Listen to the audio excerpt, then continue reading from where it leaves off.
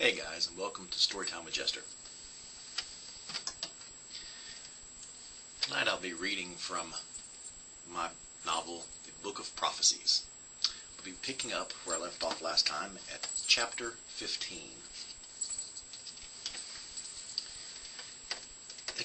They came upon a mountain valley with rock spires scattered throughout. They proceeded with caution through the rugged landscape, as it was the perfect place for them to get ambushed by bandits. The sun was at its highest point in the sky, and as they rounded one of the rock outcroppings, Thorfinn noticed a flicker of bright light off in the distance, like that of the sun reflecting off of something metallic. He motioned to the others to halt. Realizing they were vulnerable to the sun's reflecting effects as well, Thorfinn had everyone cover their weapons and armor with cloth so as not to be exposed. They then made their way to a nearby mesa, where Thorfinn and Jovan crawled to the top to get a vantage point on the meadow below. For a few minutes they saw nothing as they viewed the terrain. Then they saw the flash of lights again. Thorfinn identified the source as coming from a grove of trees near an outcropping of rock. They could make out several figures moving about, and what appeared to be a tent or two. The pair made their way back down to their comrades, where they informed them of their findings.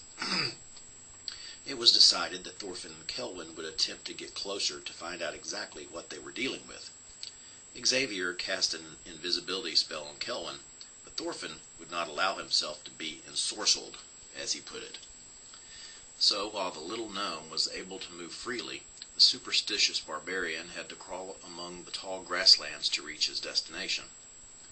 The rest of the group remained out of sight behind the mesa, Jovan using his ability with animals to keep the horses from making any noise that could give them away.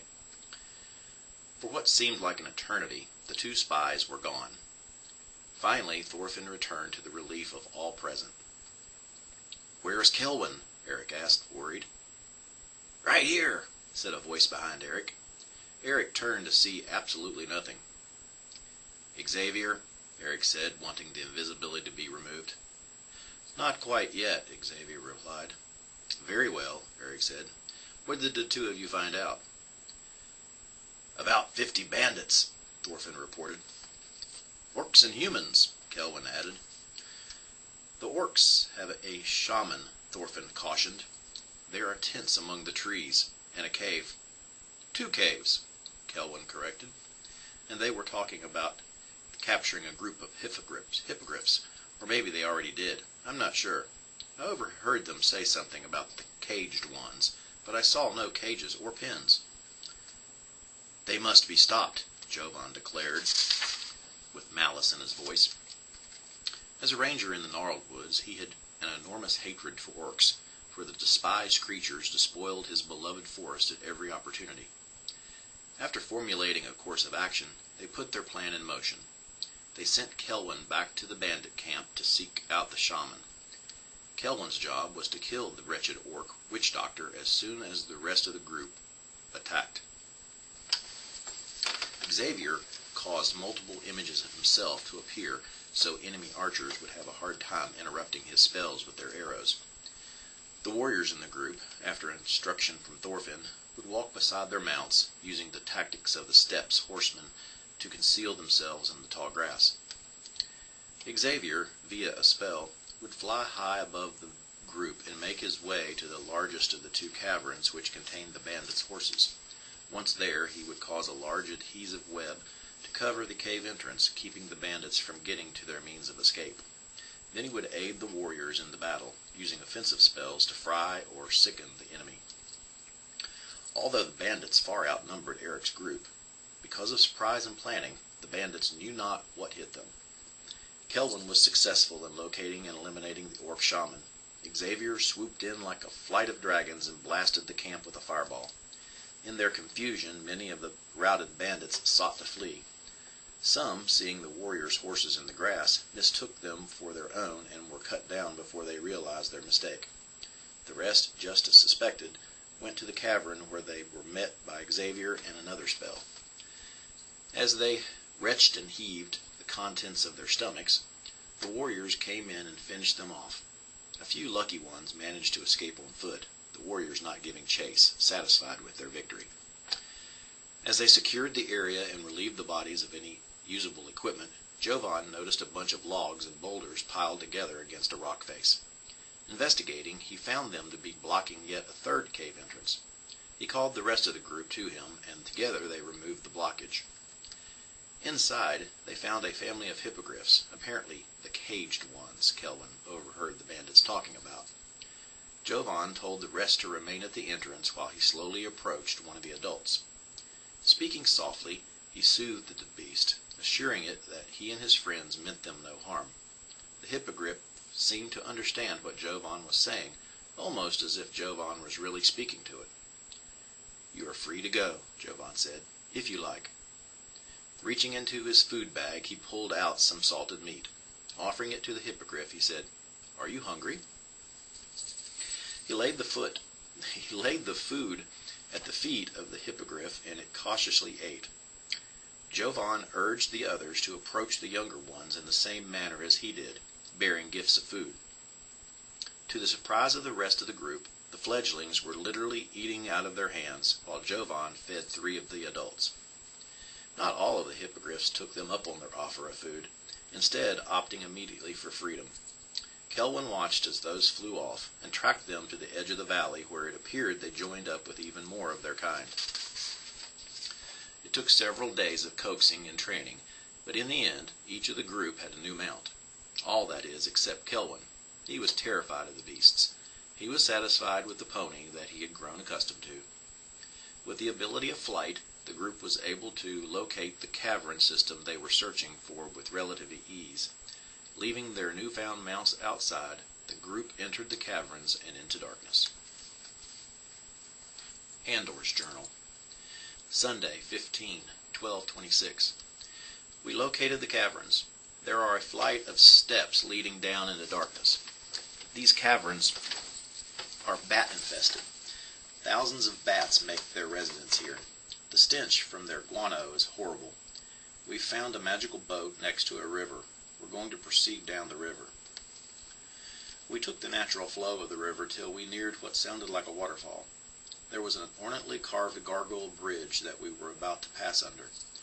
We halted the boat, used Hawkeye's magical rope to climb out of the boat and onto the bridge to safety. We just killed a fearsome multi-headed beast. It was guarding a set of stairs leading down to another cave system.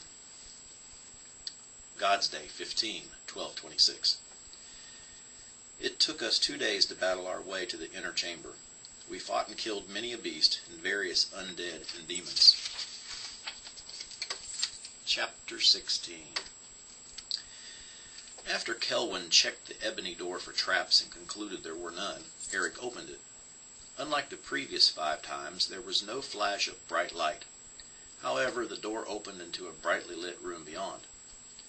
Eric stepped off of the black carpet that led to the door and onto a ledge of green serpentine rock, standing there for a moment in awe of his surroundings. It was as if he had stepped inside of a child's marble at its center.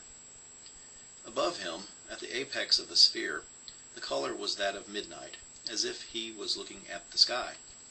As the sphere got closer to him in proximity, it lightened to pale blue, changing at the center to a pale green, and darkening until it became a dark, deep green at the bottom. At the edge of the ledge was an intricately carved folding screen made of burl wood, ivory, and mother of pearl. He walked slowly up to it and peered through its opening. His eyes were immediately drawn to the center of the floor where a stone dais rose from. Atop the dais was a block of red marble on which an alabaster panel rested. Lying motionless on the panel was a female warrior dressed in gold-chased, full-plate armor. Draped across her body was a bastard sword of exquisite workmanship. The crossbar, which rested just below her breasts, was in the shape of bat wings. The blade was etched in gold filigree, its tip resting at her feet. Resting on the panel near her head was her helm. It was fashioned in the style of the Valkyrie, but the wings were of a bat. As his eyes reached her face, Eric gasped softly. She was breathtaking to behold. Her long black curls spilled all around her head like a soft pillow. Her bright red lips invited the touch of a kiss, and accentuated her pale ivory skin. Standing next to Eric was Xavier, who had come forward in case his magic was needed. He too was transfixed at what he saw, but unlike Eric, his gaze was drawn elsewhere. Hanging from a golden chain above the warrior maiden was a jeweled lanthorn, whose crystal lenses amplified the amber flame within, and was the source of the brilliance of the room. Kelwyn, curious as to what the two were so taken in by, squeezed between them to garner a look. His gaze was immediately riveted to a crystal bowl at the foot of the block, which was almost overflowing with gems of all shapes, sizes, and colors. Suddenly the woman sat up. She rested her forehead in one of her hands, as if groggy from her sleep. Then, removing the hand from her face, she blinked several times and looked around the room. Seeing the party on the ledge, a smile crossed her face, and in the sweetest of voices said, "What brave men you all are to risk your lives as you did to rescue me. Don't be shy. You don't have to hide behind that screen because of me. Why don't you come out from behind there and come down here so I can properly reward you?" Strange feeling came over several of the group. As she urged them again to come down to her, Kelwyn, Andor, Hawkeye, Thorfinn, and Marikai obliged, walking out to the ledge and sliding down the smooth surface of the circular chamber until they came to a stop at the bottom. When they reached the dais, her sword flew off the alabaster panel she was sitting on and into her hands, where she immediately struck Andor, rendering him paralyzed. She then caressed Hawkeye's face and patted Kelwyn's head, saying to them and the others whom she had charmed, "Stay right here, boys. I'll be right back." She leapt off the marble block and ran along the rim of the bowl, her slippers clinging to the surface as a spider does to its web. She wasted no time in reaching the ledge where Eric, Xavier, and the others were. Once Xavier saw her sprinting toward them along the side of the wall, he leaped off the ledge toward the center of the room, using his staff to levitate and stay out of reach of her sword. Devon joined Eric on the ledge, his two-handed sword at the ready. Jovan notched 2 arrows in his bow and fired them at the onrushing warrior. The arrows passed right through her as if she wasn't there. As she reached Eric and Devon, she positioned herself above them to gain an advantage and attacked Eric first. She was a skilled warrior, giving Eric all he could handle. She seemed very strong for her size, and it wasn't until she smiled again, almost taunting him, that he realized why. When she smiled, she revealed her fangs, identifying her as a vampire. Devon could sense her presence and easily defended the occasional blow directed at him. The small surface area of the ledge, however, prevented him from launching an attack at her. Xavier was not so hindered. From his vantage point, he used his staff to begin firing magical missiles at her. He launched 5 such missiles in her direction. They streaked towards her at top speed and struck their target in quick succession. This small distraction was what Eric needed to return an attack against her himself. Up until now, he had only been able to defend himself against her sword, but now he struck with all the skill he had. Twice his sword bit into her armor, finding flesh each time. She winced, furious at her lack of focus, and at the sniveling coward that refused to face her like a man, but instead attacked her from afar with his magic. "Two can play at that game," she yelled at Xavier. "Come to me, my little friends." As she focused her attention back on Eric, the dome filled with the sound of chattering and flapping. Within seconds, hundreds of bats flew into the dome via the other 5 doors that had flung open with her summoning. They filled the chamber, flying blindly into Xavier, preventing him from casting spells. With each successive attack on Eric, he returned to her blow for blow. Whereas some of her attacks missed, his hit unerringly. Back down on the floor, the paralyzation effect wore off on Andor. He grabbed his warhammer and hurled it at her. "St. Columba, strike this foe of mine down!" he yelled as the hammer flew toward her head. The hammer glowed blue in color and began attacking the warrior as if Andor was right there beside her. Xavier managed to conjure up a protective spell against the bats, and as a result was able to once again use his staff. He pointed it at her and released 5 more missiles. They struck her in succession, while Andor's hammer was striking her from behind. With Eric scoring hits with his sword for every attack she made on him, the triple threat was too much for her. Suddenly her body dissolved in a cloud of gas which began moving towards the block of marble in the middle of the floor. As the gaseous cloud reached the alabaster panel, it seeped inside a tiny hole and disappeared from sight. Andor's Journal. God's Day 15/12/26 continued. Inside the inner chamber we faced a beautiful female vampire. We destroyed her in her coffin, where we found much treasure, several tomes of magic, hundreds of thousands of gold and value of jewelry and art, and a scroll bearing a cryptic poem. Star Day 25/12/26. The group is growing restless to be at their homes. We will celebrate the Midsummer Festival here in Henwick, and then leave on Star Day 28. Moon Day 26/12/26. Word was sent to me via Canoness Elfrida that King Friedrich has granted me lands in the southeastern portion of the Reach, and that the High Priest of the Order of the Brown Robes has authorized the building of a small castle with a temple dedicated to St. Columba. I have been raised to position of abbot. I am to begin construction as soon as I get to Folkreach. God's Day 26/12/26. Another message from the capital. I am to report there for a ceremony on God's Day 28. Free Day 27/12/26. The festival has been a wonderful time. We are all saddened to be leaving our friends here in Henwick, but are looking forward to getting our futures started. Eric also received word from the king to report to the capital with haste. Jovan is going to start construction of a small keep on the edge of the gnarled woods. Star Day 28/12/26. We all said our goodbyes today and set off to our destinations. Moon Day 28/12/26. I arrived at the capital today and reported to the High Priest. God's Day 28/12/26. In a ceremony held by the High Priest and attended by the King, I am officially named Abbot of Sanctuary, the name I decided to call the castle and surrounding lands that I will govern. Water Day 28/12/26. My departure will be delayed for several days. I have been instructed to stay until further notice. Sunday 29/12/26. Yesterday, Prince Thomas's wife, the Lady Jolice, gave birth to a son. Today, in a private ceremony, he was confirmed by the High Priest of Hieronymus. Those in attendance were the Archcleric of Venasque, the High Priest, King Friedrich, Eric, and I.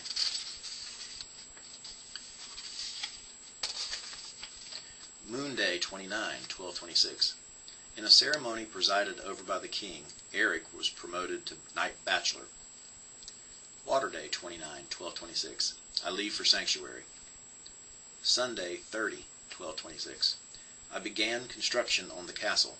Many workers have arrived to aid in the task. God's Day 51/12/26. The castle and temple have been completed. Wagons with supplies have brought things needed to get us through the winter. God's Day 52/12/26. I have received from the High Priest 3 underpriests, Chatham, Drexel, and Tennille. Sunday 8/12/26. News has arrived from the north that the Duchy of Crane has been overrun by the Nogs. This apparently happened sometime last year. Sunday 19/12/27. Yet even more news of war. The evil Ikra has attacked and taken over the Hellenschaft. Star Day 21/12/27. Ikra's armies have struck again, this time in the Badlands. Both Folkreach and Globenschild have moved troops on the border with the Hellenschaft, expecting an invasion from there. I fear the Globenschild, as this now leaves their flank exposed. Free Day 22/12/27.